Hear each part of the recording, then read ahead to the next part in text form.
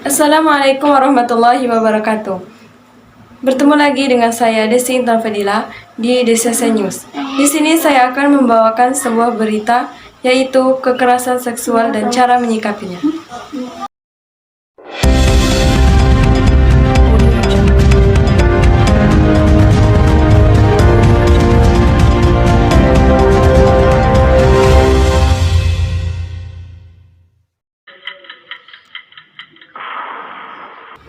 Kemajuan ilmu teknologi, terutama teknologi informasi, menyebabkan arus komunikasi menjadi cepat dan tanpa batas. Media informasi, khususnya media sosial, berpengaruh besar dalam peningkatan kasus kekerasan seksual. Kemudian, akses internet banyak disalahgunakan oleh beberapa oknum. Media sosial tercatat sebagai platform, turut menjadi wadah terjadinya kekerasan seksual. Kekerasan seksual merupakan setiap tindakan berupa fisik maupun non-fisik yang dilakukan seseorang atau sekelompok orang yang dapat mengakibatkan penderitaan atau kerugian secara fisik, seksual. Selanjutnya, apa saja jenis-jenis kekerasan seksual? Bentuk kekerasan seksual menurut Komnas Perempuan yaitu pemerkosaan, intimidasi seksual, pelecehan seksual, eksploitasi seksual, perdagangan perempuan untuk tujuan tertentu, prostitusi paksa, perbudakan seksual, pemaksaan perkawinan, pemaksaan kehamilan, pemaksaan aborsi, pemaksaan kontrasepsi, dan sterilisasi. Dan selanjutnya adalah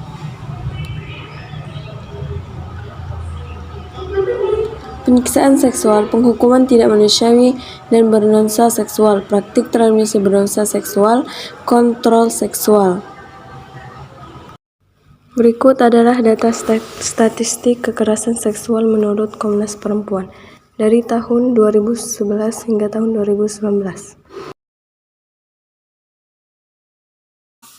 Degradasi moral atau kemerosotan moral adalah suatu fenomena terjadinya kemunduran akhlak atau budi pekerti seseorang atau kelompok. Tingginya degradasi moral disebabkan oleh beberapa faktor, seperti pergaulan bebas, tingkat pendidikan yang rendah, dan pengaruh budaya barat.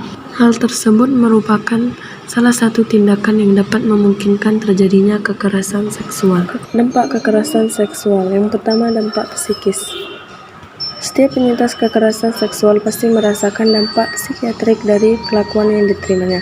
Berikut sejumlah hal yang kerap dialami oleh korban kekerasan seksual. Yang pertama, mudah gelisah. Korban terlihat mudah gelisah karena korban merasa melakukan kesalahan, namun kesalahan tersebut bukan murni kesalahannya. Yang kedua, mengalami gangguan jiwa seperti depresi dan gangguan panik. Korban akan merasakan hal ini karena ia takut semua orang akan mengucilkan dan akan menyalahkannya. Yang ketiga, yaitu muncul gejala gangguan stres pasca trauma.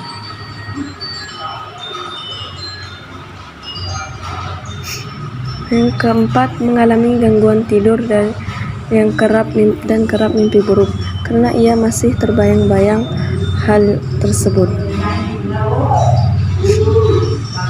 Yang kelima, menyakiti diri sendiri dan muncul dorongan untuk mengakhiri hidup.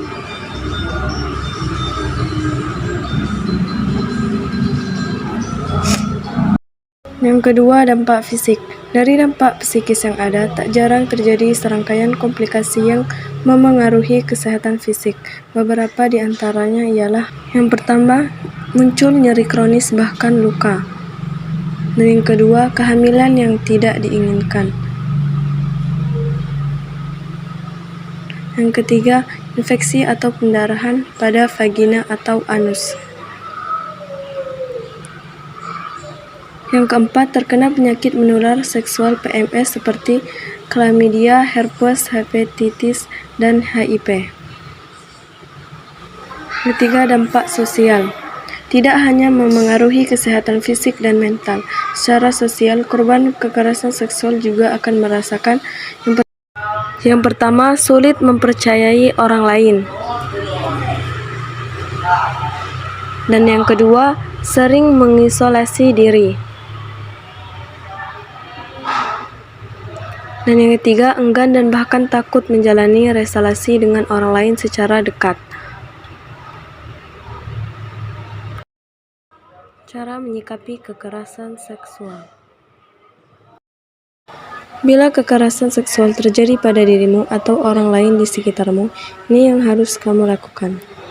Meminta bantuan kepada orang yang kamu percaya.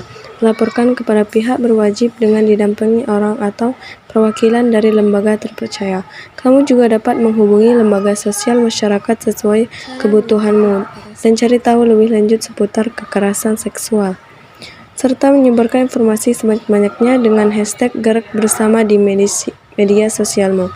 Cegah sejak dini dengan mengajarkan pendidikan seksual sesuai usia anak dan menanamkan nilai karakter profil Pancasila.